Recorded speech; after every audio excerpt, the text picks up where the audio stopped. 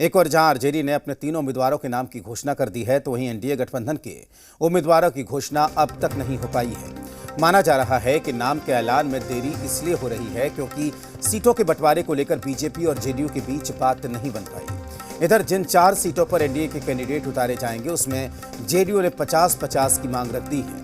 मंत्री विजेंद्र यादव ने जेडीयू के हिस्से में 2 सीट देने की बात की है। ऐसे में अब यह देखना दिलचस्प होगा कि सीटों का पेंच किस कदर सुलझता है। इधर इसे लेकर सियासी बयानबाजी का दौर भी शुरू हो गया है।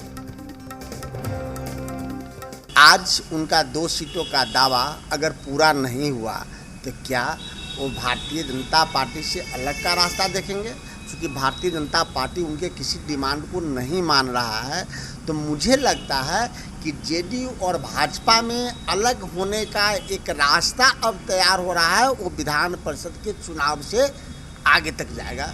भले ही जदयू को केंद्रीय मंत्रिमंडल में समानुपाती हिस्सा नहीं मिला, लेकिन नीतीश जी बिहार में नाइंसाफ़ी बीजेपी के साथ तो नहीं की थी। अब सवाल ये उठता है कि 2 सीट लेंगे कि 2 सीट नहीं लेंगे, यह विषय उनका है, उनका आंतरिक मामला है।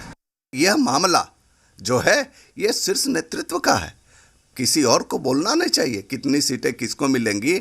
और मुझे लगता है कि जो जो चल रहा है वो ठीक होगा। और इस पे मुझे लगता है कि जो भाजपा का जो संख्या है और जो नीतीश जी की संख्या है उसके आधार पे ही सीटें निर्धारित होनी चाहिए।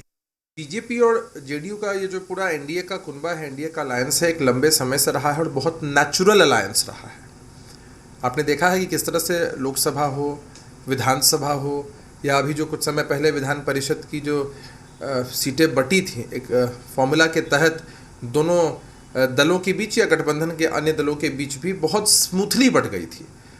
तो आने वाले चुनाव में भी बहुत ही स्मूथली समन्वय के साथ गठबंधन के शीर्ष नेता बैठेंगे